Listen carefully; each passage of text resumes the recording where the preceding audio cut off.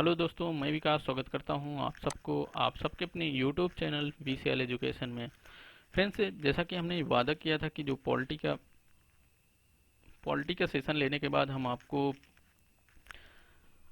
Practice करवाएंगे और उस प्रैक्टिस में जो हाई टू मॉडरेट लेवल या हाई टू लो लेवल के क्वेश्चन रहेंगे जो आपको सारे एग्ज़ाम में पूछे, मतलब सारे एग्जाम आपको देखने को मिलेंगे। तो चलिए हम अपने इस वीडियो को स्टार्ट करते हैं। स्टार्ट करने से पहले बताना चाहते हैं, यदि आपने हमारे यूट्यूब चैनल को सब्सक्राइब नहीं किया है तो सब्सक्राइब कर दीजिए और बेल आइकन को प्रेस कर दीजिए, जिससे कि आप तक हमारा जो भी नया वीडियो अपलोड हो आप तक नोटिफिकेशन पहुंच जाए और आप सबसे पहले देख सकें। तो चलिए अपने इस वीडियो को स्टार्ट करते हैं। हमने बता दिया कि आपको ये हर एक एग्जाम में मिलेगा। तो चलिए अपने हम फर्स्ट वाले क्वेश्चन, ये जो हमने क्वेश्चन लिया है ये पीसीएस पीसीएस प्रीलियम्स का पेपर है। प्रीलियम्स 2018 का पेपर है। ये पॉलिटी का पेपर है। इसमें हम जो जो भी 10 क्वेश्चन लिए हैं ये 2018 में पूछे गए हैं। यहाँ से आपको बहुत ही अच्छे, मतलब एक जो लेवल है वो बहुत ही अच्छा लेवल आपको जानकारी मिलेगी। तो चलिए हम अपने इस सेशन को स्टार्ट करते हैं।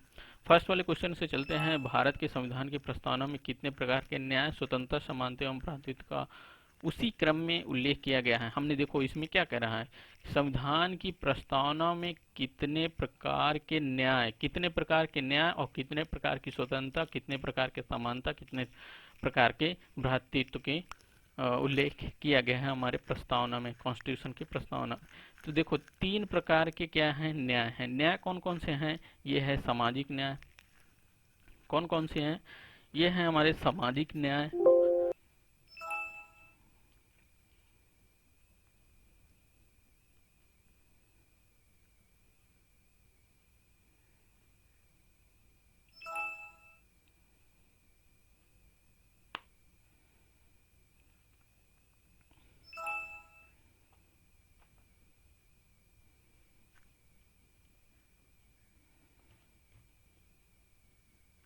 देखो इसमें क्या हमने क्या कहा कि इसमें न्याय की कौन कौन सी व्यवस्था की गई है। न्याय की बात करें तो इसमें क्या है, सामाजिक न्याय और राजनीतिक न्याय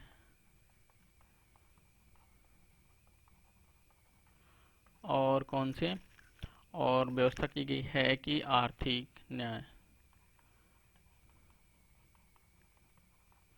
इतनी तरीके के न्याय की व्यवस्था की गई है। और इसमें अगर स्वतंत्रता की बात करोगे तो 5 प्रकार की स्वतंत्रता है। वो 5 प्रकार की स्वतंत्रता क्या, विचार की स्वतंत्रता, आपके पास क्या कौन से स्वतंत्रता होनी चाहिए, विचार की स्वतंत्रता, अभिव्यक्ति की स्वतंत्रता और विश्वास की स्वतंत्रता और धर्म की स्वतंत्रता और उपासना की स्वतंत्रता, ये आपके पास स्वतंत्रता है। समानता की बात करोगे तो समानता के हमारे कितने, 2 प्रकार की दो प्रकार की समानता वो कौन कौन सी है? वो है प्रतिष्ठा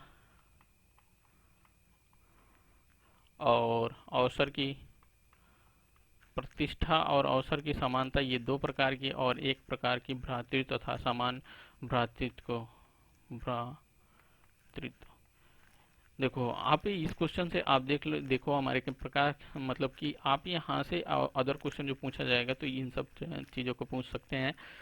तो आप यहाँ से देखो 3-4 क्वेश्चन को कवर कर सकते हैं। देखो यहाँ से आपको जो ऑप्शन सही होगा वो ऑप्शन आपका सही होगा, फर्स्ट वाला। देखो क्रम के अनुसार लगाना था। न्याय देखो कितना, न्याय 3 था। स्वतंत्रता कितनी थी, 5 थी। और समानता कितनी है, 2 है। भ्रातृत्व कितना है, 1 है। तो इसलिए ऑप्शन हमारा कौन हो गया, 1 हो गया।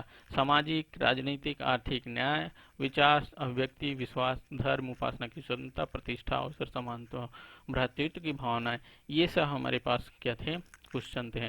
तो चलिए हम मतलब ये सब हमारे आंसर हैं, ये सब हमारे प्रस्तावना में रखे गए हैं। तो चलिए हम अपने अगले क्वेश्चन की तरफ चलते हैं। अगला हमारा क्वेश्चन है 2 नंबर का क्वेश्चन है। 2 नंबर का क्वेश्चन को देखने का प्रयास करें तो इसमें क्या कह रहा है कि 2017 के राष्ट्रपति चुनाव में यूपीए का उम्मीदवार कौन था? यूपीए का उम्मीदवार कौन था 2017 में? अब देखो पीसीएस का ये पेपर है, पीसीएस का पेपर 2018 का है। 2018 का है, ये पॉलिटी का सेशन भी है। पॉलिटी का सेशन, अब यहाँ देखो 2018 में ये पेपर बनाया गया और 2017 से क्वेश्चन पूछा गया। 2017 से क्वेश्चन पूछा गया, इसका मतलब पॉलिटी के जो भी पेपर आएगा पीसीएस में उसमें क्या करंट पॉलिटी भी पूछ सकता है, मतलब करंट पॉलिटी भी पूछ सकता है। तो आपको क्या करना होगा, करंट पॉलिटी, एक ईयर की करंट पॉलिटी देख लेनी पड़ेगी अगर आप पीसीएस का एग्जाम देने जा रहे हैं। तो अगर इसमें अगर 2017 के राष्ट्रपति चुनाव यूपीए का उम्मीदवार कौन था, अगर इसमें देखने का प्रयास करोगे तो आपका फर्स्ट वाला ऑप्शन सही हो जाता है। सुश्री मीरा कुमार थी जो यूपीए का उम्मीदवार थी, तो आपने यहाँ भी देख लिया। अब आगे चलते हैं, हम आगे क्या करते हैं।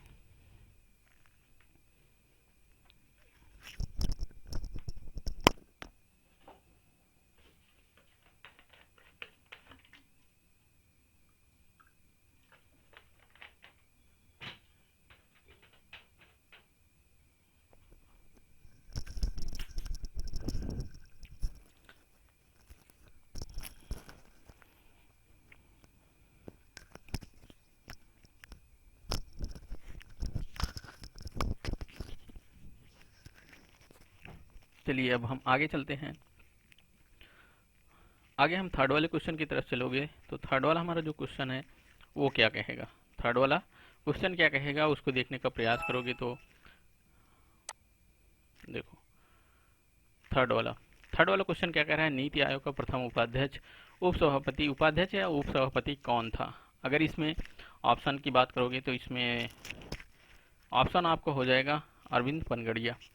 अरविंद पनगड़िया एक ऐसे व्यक्ति थे जो कि नीति आयोग के प्रथम उपाध्यक्ष थे, और उसके अध्यक्ष की बात करो तो प्रधानमंत्री इसके अध्यक्ष होते हैं।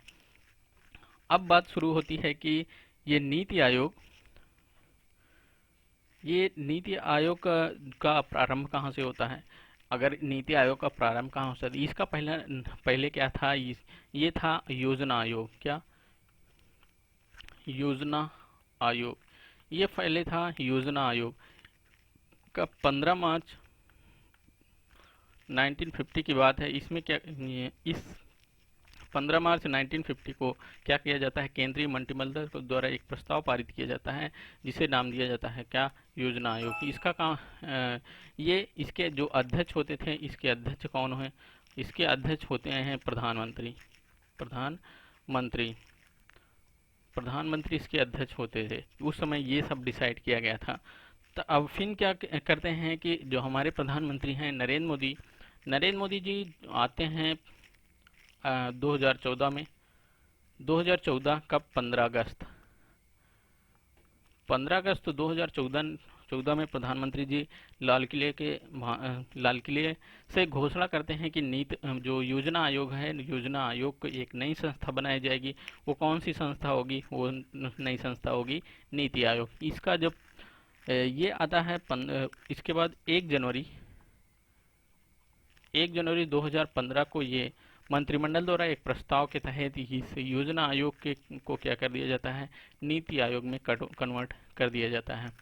और इसके जो अध्यक्ष, जो वर्तमान में अगर देखोगे अध्यक्ष की बात करोगे, वर्तमान में तो अध्यक्ष हमारे क्या हैं, मोदी जी इसके अध्यक्ष हैं। और सीईओ की बात करोगे तो सीईओ की बात करोगे तो अमिताभ कांत क्या हैं, इसके सीईओ हैं। और यहाँ तक जो अध्यक्ष हो गया, सीईओ हो गया। उपाध्यक्ष की बात करोगे तो उपाध्यक्ष की बात करोगे तो ये हैं राजीव कुमार जी। उपाध्यक्ष कौन है, राजीव कुमार। आपने यहाँ से हाँ, हमने देख लिया कि यहाँ से ढेर सारे क्वेश्चन को हमने क्या कर लिया, कवर कर लिया। मतलब ढेर सारे क्वेश्चन को हमने कवर कैसे कर लिया, यहाँ से आप योजना आयोग से भी क्वेश्चन पूछ सकता है कि कब स्थापित किया गया था। तब यहाँ से आप यहाँ से लगा सकते हैं। और इसकी घोषणा कब की गई थी नीति आयोग की, वो लाल किले से 2015 मतलब 2014 15 अगस्त 2014 को, 1 जनवरी 2015 को प्रस्ताव लिया करके इसको योजना आयोग को नीति आयोग में बदल दिया गया था। तो आई होप कि आपको ये 3 नंबर वाला क्वेश्चन भी क्लियर हो गया होगा। यहाँ जो क्वेश्चन था उसका आंसर हमने बता दिया, अरविंद पनगड़िया। उसके बाद आगे चलते हैं, अपने 4 नंबर के क्वेश्चन को देखते हैं। तो 4 नंबर का हमारा जो क्वेश्चन है उसको देखो। ये इसमें क्या करा है, निम्नलिखित में से कौन सा भारत में भाषा के आधार पर बना पहला राज्य था। भाषा के आधार पर आपको पहला राज्य कौन था? अगर इसमें केरल, मध्य प्रदेश, आंध्र प्रदेश, उत्तर प्रदेश।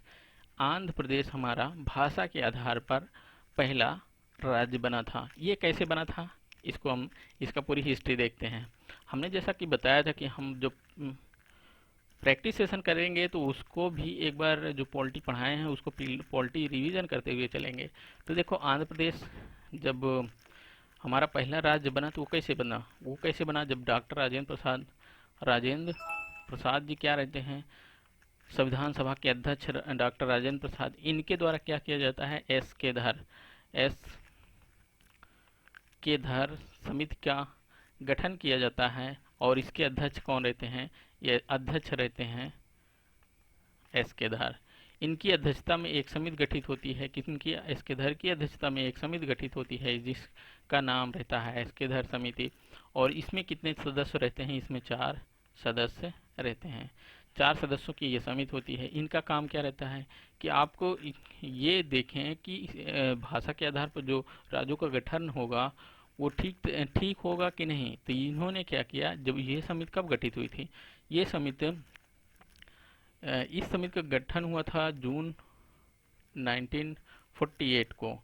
और इसने अपने रिपोर्ट कब प्रस्तुत की, ये सब पूरे समिति गठित करने के बाद इसने अपना पूरा आकलन जो भी प्रस्तुत किया वो कब किया था, इसने किया अपना जो नवंबर 1948 को। इन्होंने बताया, कहा कि जो राज्यों का पुनर्गठन होगा वो भाषा के आधार पर नहीं, प्रशासनिक आधार पर होना चाहिए। भाषा के आधार पर नहीं, प्रशासनिक आधार पर राज्यों का पुनर्गठन होना चाहिए। अब देखो, अब क्या होता है कि इसके बाद होता है 1948 या 1949 में, इसके बीच क्या होता है कि जेवीवीपी समिति गठित होती है। जेवीवीपी समिति, ये जयपुर का अधिवेशन होता है। ये कौन कौन से होते हैं? जवाहरलाल नेहरू, वल्लभ भाई पटेल, पट्टाभी सीतारमैया, इन तीनों के सदस्यों की एक टीम बनती है। उसके बाद ये क्या करते हैं, जो एस के धर समिति अपना घोषणा की थी, मतलब अपना जो रिपोर्ट प्रस्तुत की थी, उसको इसने कहा था कि भाषा के आधार पर राज्यों का पुनर्गठन नहीं, प्रशासनिक आधार पर होना चाहिए। अब इसकी रिपोर्ट को समीक्षा करने के लिए क्या किया जाता है, जेवीवीपी समिति बनती है। और ये जेवीवीपी समिति इसकी रिपोर्ट को, एस के धर रिपोर्ट को क्या करते हैं, समीक्षा करती है। समीक्षा करने के बाद ये इस नतीजे पर पहुंचती है, कहती है कि भाषा के आधार पर क्या होगा, राज्यों का पुनर्गठन करना गलत होगा। क्या होगा, राज्यों का पुनर्गठन भाषा के आधार पर गलत होगा। अब इसके बाद क्या होता है भाई, इसके बाद तो नौटंकी इसके बाद तो नाटक होता है। क्या, जो तेलुगु भाषी होते हैं, तेलुगु भाषी तेलुगु भाषी होते हैं, उन्होंने अपना विरोध प्रदर्शन चालू कर दिया। और ये विरोध प्रदर्शन अपना जो था, किसके नेतृत्व में कर रहे थे? नेतृत्व कौन कर रहे थे इसका?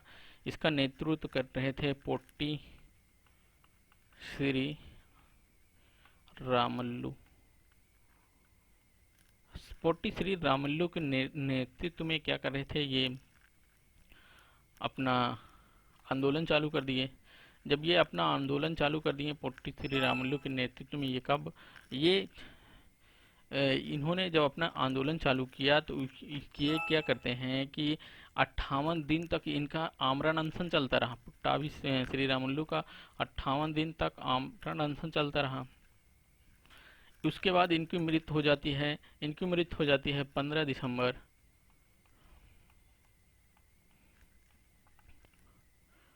1952 ईस्वी को।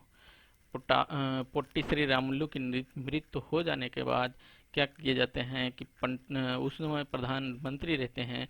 उस समय प्रधानमंत्री कौन थे? प्रधानमंत्री थे नेहरू। नेहरू जब प्रधानमंत्री थे तो उन्होंने क्या किया, भाषा के आधार पर राज्यों का पुनर्गठन हो, इस प्रस्ताव को स्वीकार कर लेते हैं। और ये इस आंध्र प्रदेश को क्या कर देते हैं कि 1 अक्टूबर 1953 को भाषा के आधार पर पहला राज्य बना देते हैं आंध्र प्रदेश को। कौन बना देते हैं? इनका गठन कर देते हैं। मतलब 1 अक्टूबर, देखो ये 10 नहीं, 1 अक्टूबर 1953 को आंध्र प्रदेश को भाषा के आधार पर इसका दर्जा दे देते हैं, कि मतलब आंध्र प्रदेश भाषा के आधार पर पुनर्गठन किया गया। तो अब देखो, आपने यहाँ से देख लिया कि एस के आधार समिति बनती है भाषा के आधार का राज्यों का पुनर्गठन होने के लिए। और इसमें जो रिपोर्ट ये समिति कब बनती है, जून 1948 को। ये नवंबर 1948 को क्या कर देती है, प्रशासनिक आधार पर क्या मांग करती है कि नहीं, आप प्रशासनिक आधार पर राज्यों का पुनर्गठन करें, ना कि भाषा के आधार पर। अब इसी रिपोर्ट को क्या कर देते हैं, जीवीपी समिति गठित होती है इस रिपोर्ट को समीक्षा करने के लिए। ये समीक्षा करती है और कि ये बताती है कि भाषा के आधार पर राज्यों का पुनर्गठन ना हो। तो अब देखो, जब ये लोग ऐसा डिसाइड करते हैं, ये जेवीपी में कौन कौन रहते हैं, जवाहरलाल वल्लभ भाई पटेल और पट्टाभी सीतारामैया। ये फिर क्या होता है, तेलुगु भाषी जो होते हैं वो अपना क्या कर देते हैं कि विरोध विरोध प्रदर्शन चालू कर देते हैं। ये किसके नेतृत्व में होता रहता है, ये सब पोट्टी श्रीरामुलु के नेतृत्व में होता रहता है। ये अपना आमरण अनशन चालू करते हैं और 58 दिन के बाद इनकी मृत्यु हो जाती है। कब, 15 दिसंबर 1940 और 1952 को इनकी क्या हो जाती है, मृत्यु हो जाती है। तो उसके बाद पंडित जवाहरलाल नेहरू ने क्या किया कि भाषा के आधार पर आंध्र प्रदेश का पुनर्गठन कर दिया। तो चलिए, ये आई होप कि आपको 4 नंबर वाला क्वेश्चन समझ में आया होगा और यहाँ से आप ढेर सारे क्वेश्चन को कनेक्ट कर सकते हैं। तो चलिए आगे चलते हैं। आगे हम अपने चलते हैं 5 नंबर के क्वेश्चन पे। 5 नंबर का क्वेश्चन, और यहीं 4 नंबर के और भी क्वेश्चन में देखो, 4 नंबर का और भी क्वेश्चन इसमें क्या कह रहा है कि जो केरल केरल का कब गठन हुआ था। ये 1 नवंबर 1956 को केरल का गठन हुआ था। और इसकी राजभाषा की बात करोगे तो मलयालम इसकी राजभाषा है। और इसका जो तिरुवनंतपुरम इसकी राजधानी है केरल की। और मध्य प्रदेश भी ये 1 नवंबर 1956 को गठन हुआ था। और उत्तर प्रदेश की बात करोगे तो उत्तर प्रदेश का गठन हुआ था कितना, 24 जनवरी 1950 को उत्तर प्रदेश का गठन हुआ था। लखनऊ इसकी राजधानी डिसाइड की गई थी। और हिंदी, उर्दू, अवधी, ब्रज इसकी राजकीय मतलब आधिकारिक राजकीय भाषा भी है। और क्या कहते हैं इसको, इस समय तो आनंदीबेन पटेल है राज्यपाल हैं और सीएम आदित्यनाथ योगी जी हैं। ये सब चीज़ें हैं। ये सब चीज़ें मतलब कि ये सब आपको छोटी छोटी एग्ज़ाम में पूछे जाएंगे। तो चलिए आगे चलते हैं अपने क्वेश्चन की तरफ। आगे 4 नंबर वाले क्वेश्चन, 4 नंबर का हमारा क्वेश्चन हो गया 5th वाले क्वेश्चन की। 5th वाला क्वेश्चन क्या कह रहा है, निम्नलिखित में से कौन सा संविधानेतर, देखो संविधानेतर संस्था है। संविधानेतर संस्था कौन सा है, हमारा नीति आयोग क्या होता है, हमारा संविधानेतर संस्था है। संविधानेतर संस्था क्या है, नीति आयोग। आप देखो इसको और भी डिस्क्राइब करते हुए चलोगे तो नीति आयोग 15 मार्च,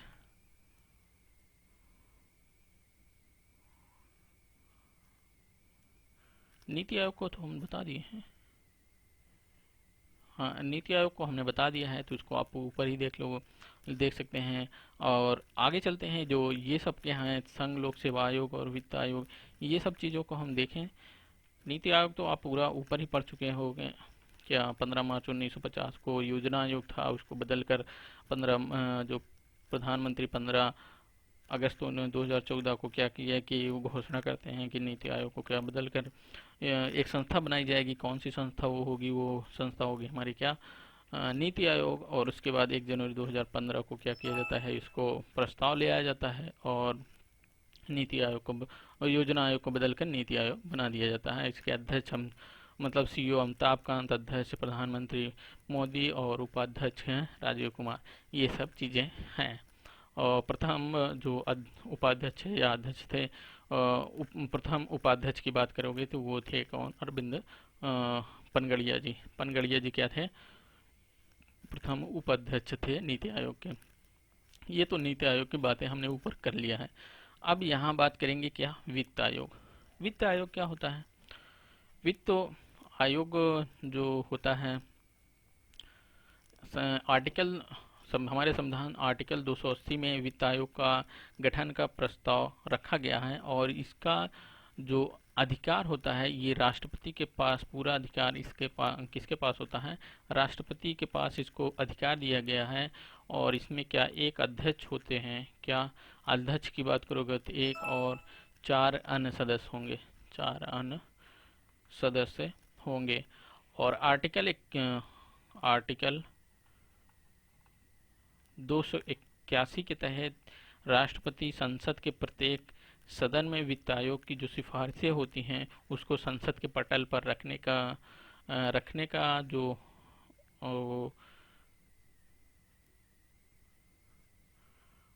प्रेशर करता है, मतलब कि 281 आर्टिकल के अंतर्गत राष्ट्रपति क्या करता है, जो वित्त आयोग को जो भी सिफारिशें होती हैं वो संसद के पटल पर रखी जाए। इस सब मतलब कि राष्ट्रपति इसका सब क्या करता है, जोर देता है। उसके बाद आप आगे चलोगे तो जो राज्य वित्त आयोग होता है, राज्य वित्त आयोग, इसका प्रावधान किसमें किया गया है, ये आर्टिकल 200 राज्य वित्त आयोग 243 के फर्स्ट में इसका प्रयोग किया गया है, मतलब प्रावधान किया गया है राज्य वित्त आयोग का। इसके अगर कार्य की बात करोगे, कार्य की बात करोगे तो इसका कार्य क्या क्या होते हैं। इसके कार्य होते हैं संघ एवं राज्यों के करों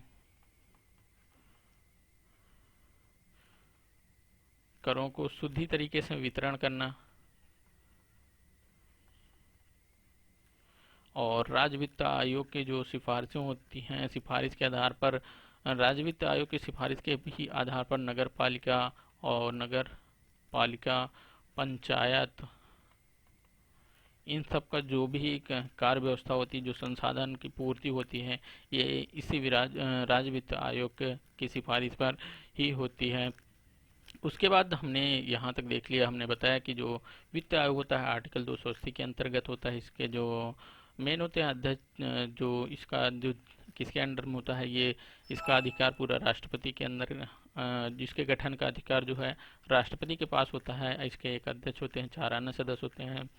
और 281 के अंतर्गत क्या हो जाता है कि राष्ट्रपति वित्त आयोग को जो भी सिफारिशें होती हैं वो संसद के पटल पर रखी जाती हैं। उसके बाद राज्य वित्त आयोग की बात करोगे तो 243 फर्स्ट के अंतर्गत रखा गया है, इसको राज्य वित्त आयोग को 243 फर्स्ट के अंतर्गत रखा गया है। उसके बाद यहाँ चलोगे संघ एवं राज्यों के करों का जो शुद्धिकरण तरीके से बंटवारा करना होता है, ये भी राज्य वित्त मतलब कि वित्त आयोग का ही काम होता है। और नगर पालिका पंचायत का जो भी संसाधन उपलब्ध कराने के होते हैं, ये भी राज्य वित्त आयोग का सिफारिश पर ये सब उपलब्ध कराए जाते हैं। अब यहाँ हम बात करने वाले हैं, इसके बाद हम बात करेंगे किसकी, संघ लोक सेवा आयोग। देखो, इसके बाद हम बात करने वाले हैं किसके, संघ लोक सेवा आयोग को। अगर आप बात करोगे तो 1999 में क्या हुआ जाता है, जो भारत शासन अधिनियम आता है, भारत शासन अधिनियम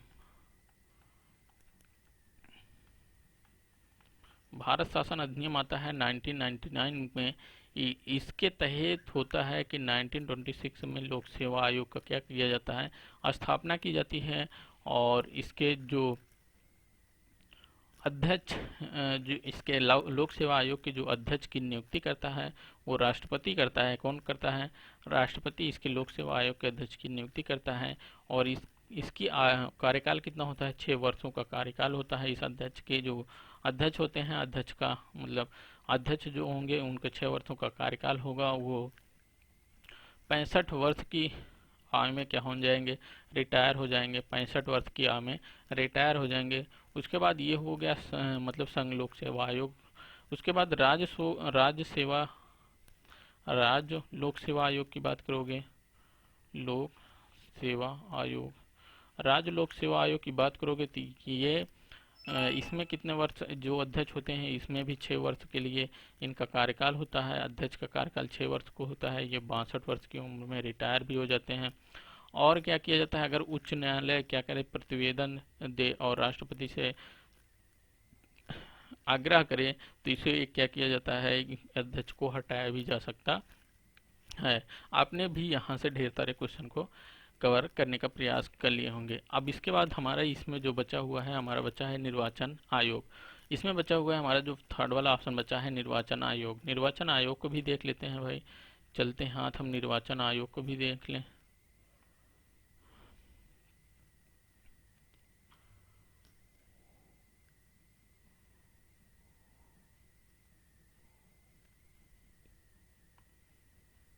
देखो निर्वाचन आयोग की अगर बात करोगे तो ये संविधान के भाग किस में है, ये निर्वाचन आयोग संविधान के भाग 15 में इनका प्रावधान किया गया है। आर्टिकल 324 से 329 के अंतर्गत इसको रखा गया है। और इसका मतलब जो प्रावधान किया गया है आर्टिकल 224 से 324 से 329 के तहत इसका प्रावधान किया गया है। और इसकी स्थापना की बात करोगे, निर्वाचन आयोग की स्थापना क्या होती है, 25 जनवरी 1950 ईस्वी को क्या होती है, इसकी स्थापना होती है। इसके उस समय क्या किया जाता है, एक चुनाव आयुक्त का रहते हैं। उसके बाद जो 1993 को हो जाता है, इसको क्या कि 3 सदस्यीय आयोग का गठन कर दिया जाता है। और इसको चुनाव आयुक्त जो होते हैं, मुख्य चुनाव आयुक्त, कार्यकाल मुख्य चुनाव आयुक्त, जो कार्यकाल होता है इनका कितने वर्ष का कार्यकाल होता है, 6 वर्ष का कार्यकाल होता है। 65 वर्ष के इनकी रिटायर होने की आयु होती है। 65 वर्ष से पहले भी अगर इनका आयु 6 वर्ष से पहले भी 65 वर्ष हो गए तब भी इनको अपना पद से हटना ही पड़ेगा। 65 वर्ष की इनकी आयु होती है रिटायर होने की। जो अन्य सदस्य होते हैं, जो अन्य सदस्य होते हैं उनकी भी 6 वर्ष की क्या होगी, कार्यकाल उनका भी 6 वर्ष होगा, लेकिन उनकी रिटायर कितनी होगी, 62 वर्ष इनकी रिटायर होने की आयु होगी। पहले जो निर्वाचन आयोग था उसमें क्या था, एक सदस्य था। लेकिन जो 1993 को इसको क्या कर दिया जाता है, 3 सदस्यीय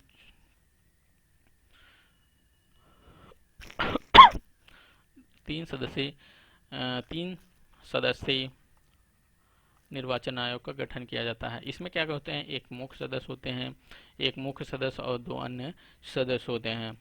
इसका कार्य क्या होता है, अगर कार्य की बात करोगे तो यहाँ देखते हैं।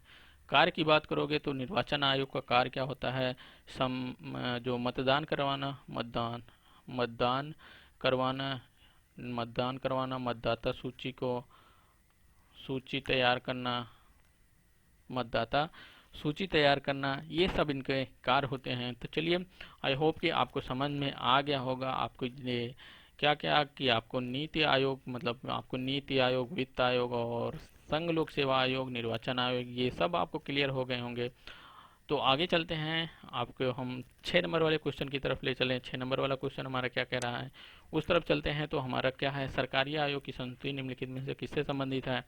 सरकारी आयोग की संस्तुतियाँ निम्नलिखित में से किससे संबंधित है, इसको देखने का प्रयास करोगे तो इसमें जो ये क्वेश्चन है बहुत ही अच्छा क्वेश्चन है। ये जो क्वेश्चन है बहुत ही अच्छा क्वेश्चन है। इसमें यहाँ से आपको बहुत ही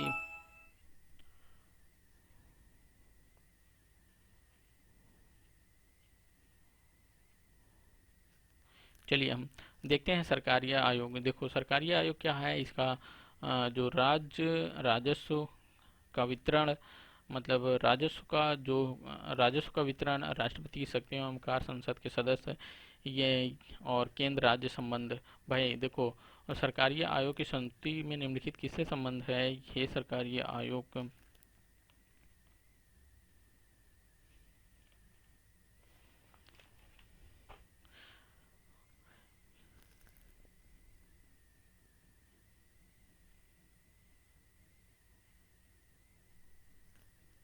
सरकारी आयोग का काम।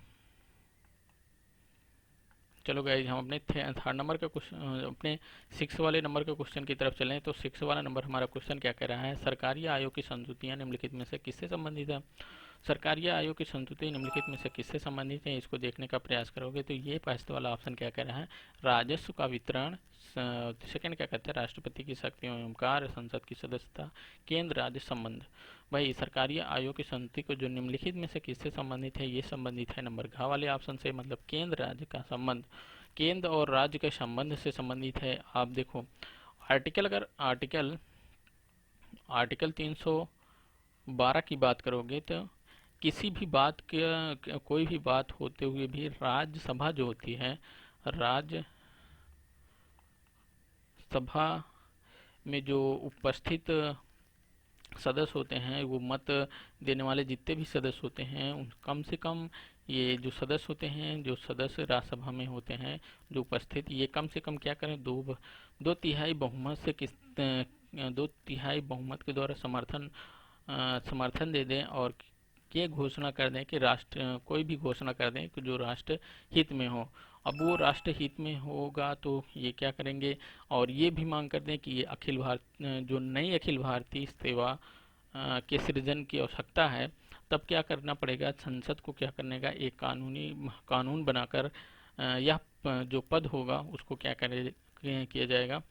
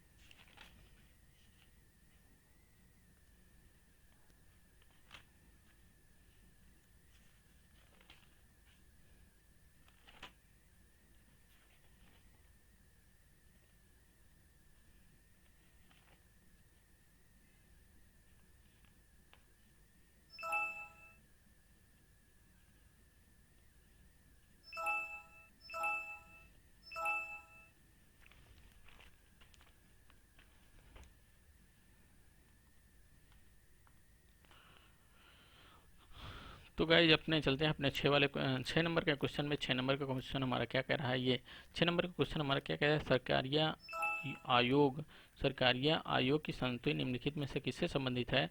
अगर इसमें आप देखोगे तो फर्स्ट वाला ऑप्शन की तरफ चलने का प्रयास करोगे तो ये कह रहा है राजस्व का वितरण, और सेकंड क्या कह रहा है, राष्ट्रपति का शक्तियों एवं कार्य उसके बाद थर्ड क्या कह रहा है, संसद की सदस्यता, फोर्थ कह रहा है केंद्र राज्य संबंध। अगर इसमें आप सही ऑप्शन की तरफ चलोगे तो आपका घ वाला ऑप्शन क्या हो जाता है, सही हो जाता है। केंद्र और राज्य का संबंध क्या होता है, सरकारीय आयोग की संस्तुति होती है। अब यहाँ पे क्या होता है कि सरकारीय जो आयोग था उसका जो सरकारीय आयोग जो स्थापना इसकी जो की गई थी, ये कब की गई थी, जून 1983 को। इसका क्या किया जाता है, इसको एस्टेब्लिश किया जाता है, मतलब इसका गठन किया जाता है जून 1983 को। और इसके अध्यक्ष कौन होते हैं, सर्वोच्च न्यायालय के सेवानिवृत्त न्यायाधीश न्यायमूर्ति कौन होते हैं, आर एस सरकारिया। सर्वोच्च न्यायालय के न्यायाधीश जो मतलब कि अपना सेवानिवृत्त हो गए थे, उनको क्या बनाया जाता है, आर.एस. सरकारिया को बनाया जाता है, इसका अध्यक्ष बनाया जाता है। कार्य क्या होता है इनका, कार्य जो सरकारी आयोग होता है इसका क्या कार्य क्या होता है, भारत और मतलब भारत के केंद्र और राज्य का जो भी सरकारें हैं उनके बीच क्या होता है कि संबंध शक्ति को संतुलित करना है। इनके बाद जो संबंध शक्तियाँ होती हैं, मतलब कि जो दोनों के बीच में जो संबंध अच्छी तरीके से बरकरार रहे, ये सब काम किसका होता है, सरकारी आयोग का काम होता है कि इसको संबंध को संतुलित बनाए रखें।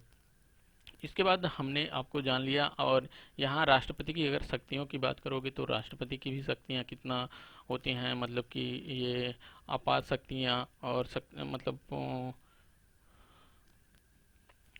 ढेर सारी शक्तियाँ हैं यहाँ। जैसे आप देखने का प्रयास करोगे राष्ट्रपति, अब यहाँ राष्ट्रपति ही आ गया है तो राष्ट्रपति को हम पूरी तरीके से देख लेते हैं। देखो आर्टिकल 53 क्या कहता है, आर्टिकल 53 कहता है कि जो संवैधानिक प्रधान होता है वो राष्ट्रपति होगा।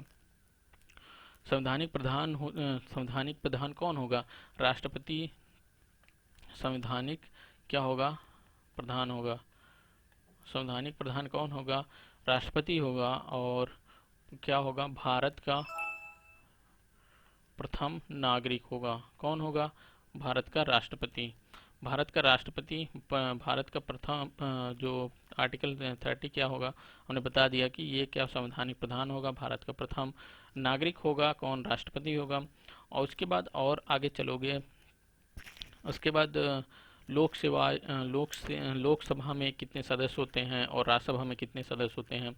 जैसे लोकसभा में ये क्या करेगा? 2 सदस्यों का मनोनयन करेगा। और लोकसभा में और राज्यसभा में कितना? 12 सदस्यों का मनोनयन करने का इसके पास पावर होती है। और इसकी अगर निर्वाचन मंडल की बात करोगे तो ये आता है हमारा 40 आर्टिकल 44 के अंतर्गत इसको क्या कर निर्वाचन मंडल होते हैं। ये क्या करते हैं कि 50 सदस्य ऐसे होते हैं। 50 सदस्य क्या करते हैं? प्रस्ताव रखते हैं और 50 सदस्यों के द्वारा क्या अनुमोदन प्राप्त हो जाता है, तब क्या किया जाता है कि राष्ट्रपति, वो व्यक्ति राष्ट्रपति का चुनाव लड़ सकता है। मतलब उनके वही व्यक्ति राष्ट्रपति का चुनाव लड़ सकता है। और राष्ट्रपति के जो निर्वाचन की रीतियां होती हैं वो आर्टिकल 55 के अंतर्गत, निर्वाचन की जो भी रीति होगी वो राष्ट्रपति को आर्टिकल 55 के अंतर्गत रखी गई है। उसके बाद जो प्रथम राष्ट्रपति थे 1955 से, और ये बनते हैं 1962 से 2 तक, ये कौन थे? डॉक्टर राजेंद्र प्रसाद जी थे प्रथम राष्ट्रपति। और अगर आप बात करोगे राष्ट्रपति पर महाभियोग कैसे हटाया जाता है, आर्टिकल 61 के अंतर्गत, आर्टिकल 61 के अंतर्गत राष्ट्रपति के ऊपर महाभियोग लगा करके इनको पद से हटाया जा सकता है। लेकिन इस महाभियोग मतलब हटाने से पहले, महाभियोग लाने से पहले आपको संसद में 14 दिन पहले क्या किया जाएगा? राष्ट्रपति को सूचित भी किया जाता है। और इनको क्या करेंगे? जो उच्च पदों को जो भी नियुक्तियां होती हैं वो कौन करता है? राष्ट्रपति ही करता है। ये इनकी शक्तियां होती हैं। और अगर इनकी शक्तियां और भी बात करोगे तो ये इनकी शक्तियों की बात करोगे तो इनके पास संसद के सदस्य, हमने बताया संसद मतलब लोकसभा में 2 सदस्य, 12 सदस्य, राज्यसभा में मनोनीत करने का इनके पास शक्तियां होती हैं। उच्च पदों की नियुक्त करने की सदस्य मतलब कि नियुक्त करने की शक्तियाँ होती हैं। उच्च पदों के जो भी लोग होते हैं उनको नियुक्त करने की शक्ति होती है। और इसमें हम अगर आर्टिकल और इसके बाद सैन्य शक्ति इसकी बात करें, सैनिक शक्तियाँ होती हैं। सैनिक शक्तियाँ सारी किसकी होती हैं? इसी के पास होती हैं। जल सेना, थल सेना, ये सब जितने भी होते हैं ये सब क्या होती हैं? तीनों नौसेनाओं का प्रमुख भी कौन होता है? राष्ट्रपति होता है। और उसके बाद जो राजदूत होते हैं, जो विदेशी राजदूतों की जो नियुक्ति करने का भी अधिकार किसके पास होता है? राष्ट्रपति के पास होता है। और राष्ट्रपति जैसे आर्टिकल 352 के तहत राष्ट्र मतलब आपातकाल की घोषणा, 356 तहत की आपातकाल की घोषणा जो और वित्त आयोग जैसे 360 के अंतर्गत आपातकाल की घोषणा, ये सब जितने भी घोषणाएं होते हैं वो राष्ट्रपति के अंतर्गत ही की जाती हैं। तो आपको देखो, अब यहाँ कहोगे ये कैसे आपातकाल लगता है 352? ये राष्ट्रीय आपात होता है। राष्ट्रीय आपात में क्या होता है कि इसमें जैसे आंतरिक विद्रोह हो गया हो, कोई बाहरी देश हमारे देश पर आक्रमण कर दिया गया हो, या किसी भी मतलब इंडिया के कोई भी कोना है जिसमें उसमें जो क्या किया हो गया हो, उसके अधिकार से वंचित कर दिया गया, मतलब कि वहाँ मतलब ठीक तरीके से उसको कुछ हो ना रहा हो, मतलब कि हमारे कहने का मतलब उस पर किसी दूसरे देश का अधिकार हो गया हो, तो वहाँ भी आपातकाल की घोषणा की जा सकती है किसमें? 352 के तहत। और ये क्या हो जाता है? 356 क्या होता है? 356 के तहत, आर्टिकल 356 के तहत राष्ट्रपति ये क्या करता है? कब आपातकाल की घोषणा करता है? जब वहाँ किसी भी राज्य या किसी भी स्टेट का क्या हो जाए? संवैधानिक तंत्र फेल हो जाए। संवैधानिक तंत्र फेल हो जाए, फिर वहाँ क्या किया जाता है? राज्यपाल के अनुमोदन पर राज्यपाल मांग करता है कि यहाँ राष्ट्रपति शासन लगाया जाए, तब क्या कर किया जाता है, आर्टिकल 356 के अंतर्गत वहाँ पर राष्ट्रपति शासन लाया जाता है। जब वित्त का मतलब धन की संकट हमारे देश में होने वाली हो या हो रही हो या आ गई हो, तब वो क्या किया जाता है, 360 आर्टिकल 360 का प्रयोग करके राष्ट्रपति क्या करेगा, वहाँ पे वित्तीय आपातकाल की घोषणा करता है। तो हमने देख लिया ढेर सारे चीज़ों को, और चलते हैं अब हमने इसमें दूसरी चीज़ों को देखते हैं। दूसरी चीज़ क्या है, यहाँ जैसे संसद के सदस्य हैं, संसद की सदस्यता क्या होती है। जो पार्लियामेंट होता है, भारत की विधान पालिका और सर्वोच्च निकाय है, ये द्विसदनीय व्यवस्था इसमें की, संसद की द्विसदनीय व्यवस्था की गई है। एक क्या होता है, द्विसदनीय व्यवस्था में एक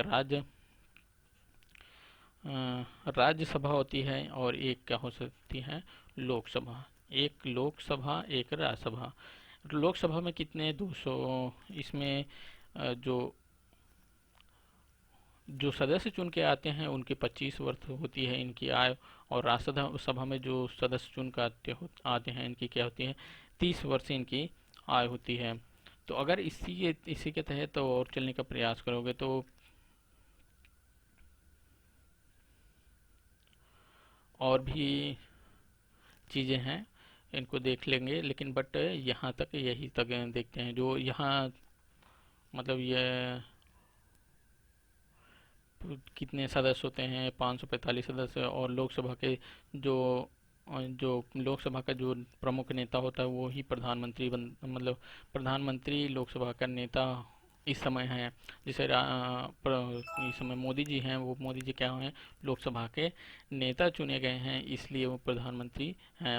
उन्हीं को राष्ट्रपति उन्हीं को शपथ दिलाता है, कौन किसी राष्ट्रपति उन्हीं को नियुक्त करता है, जो लोकसभा का नेता होता है उन्हीं को प्रधानमंत्री नियुक्त करता है। तो ये सब आपको समझ में आ गया होगा, आई होप कि उसके बाद चलते हैं अपने 7 नंबर के क्वेश्चन में। 7 नंबर का क्वेश्चन क्या कह रहा है, 7 नंबर का क्वेश्चन कहता है सर्वप्रथम संसदात्मक सरकार किस देश से आरंभ की गई है। संसदात्मक सरकार किस देश से आरंभ की गई है, तो ये आरंभ की गई है ग्रेट ब्रिटेन यूके से आरंभ की गई है 1832 ईस्वी में। यहाँ संसदीय प्रणाली चालू हो गई थी। यहीं से संसदीय प्रणाली जो है हमारे देश में भी, ब्रिटेन से ही संसदीय प्रणाली हमारे देश में भी रखी गई है, और इसके इसके तहत हमारा जो संसद बनाया गया है, मतलब संसद में जो भी कार्य होता है इसी के तहत ही होता है। तो चलिए अपने अगले क्वेश्चन की तरफ चलते हैं। अगला हमारा जो क्वेश्चन है 8 नंबर का क्वेश्चन है। 8 नंबर का क्वेश्चन को देखने का प्रयास करोगे तो 8 नंबर का क्वेश्चन क्या कह रहा है, निम्नलिखित में से किससे संबंध में राज्यसभा का अनन्य अधिकार है। राज्यसभा का अनन्य अधिकार कौन सा है, राष्ट्रपति को अभ्यस्त करने की हेतु कार्यवाही, ये गलत है। सर्वोच्च न्यायालय के न्यायाधीशों को करने की कार्यवाही करना, ये तो गलत ही है।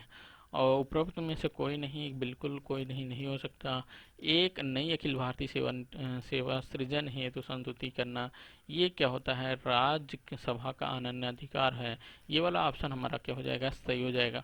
आर्टिकल कितना, आर्टिकल 312 की अगर बात करोगे तो इसमें क्या होता है कि जो राज्यसभा होती है, राज्यसभा में जो भी सदस्य उपस्थित होते हैं उनके जो भी सदस्य राज्यसभा में उपस्थित हो उनके 2/3 अर्थात 2/3 बहुमत से संकल्प पारित कर दिया जाए, किसी कोई संकल्प पारित कर दिया जाए, और ये मांग की जाए कि एक नई अखिल भारतीय सेवा सृजन की आवश्यकता है, और वो राष्ट्रहित में हो, और क्या हो, और वो राष्ट्रहित में हो, क्या हो, राष्ट्रहित में हो। तब ये क्या कर राष्ट्रहित में हो और ये मांग करें कि एक नई अखिल भारतीय सृजन की आवश्यकता है, तब क्या करेगी संसद, संसद क्या करेगी, संसद क्या करेगी, इसका इसका क्या करेगी, अखिल भारतीय सेवा का सृजन करेगी, अखिल भारतीय सेवा का सृजन करेगी। यही एक अनन्य अधिकार होता है किसका, राज्यसभा का। उसने राज्यसभा क्या किया, आर्टिकल मतलब 312 के तहत उसने 2/3 बहुमत से अपना संकल्प प्रस्ताव पारित किया, वो जो राष्ट्रहित में था, और उसने नई अखिल भारतीय सेवा सृजन की संस्तुति मतलब मांग कर ली। तो संसद को क्या करना पड़ा, इस सबको नई अखिल भारतीय सेवा का क्या किया गया, सृजन करना हो जाता है। तो ये सब चीज़ें आप देख चुके हैं। आगे चलते हैं। हमने राष्ट्रपति, यहाँ जैसे राष्ट्रपति है, राष्ट्रपति के भी बारे में बता चुका, सर्वोच्च न्यायालय के बारे में भी बताए हैं। तो चलिए आगे चलते हैं अपने अगले वाले 9 नंबर के क्वेश्चन पे तरफ। 9 नंबर वाला क्वेश्चन है हमारा चलता है। 9 नंबर वाला क्वेश्चन क्या कह रहा है? 9 नंबर वाला क्वेश्चन कहता है, भारत के संविधान में भारत की आधिकारिक भाषा में जुड़े प्रावधानों में संसद संशोधन कर सकती है। आधिकारिक भाषा में जुड़े प्रावधानों में संसद संशोधन क्या कर सकती है? क्या संसद संशोधन कर सकती है भाई? मतलब अपने सदस्यों के साधारण बहुमत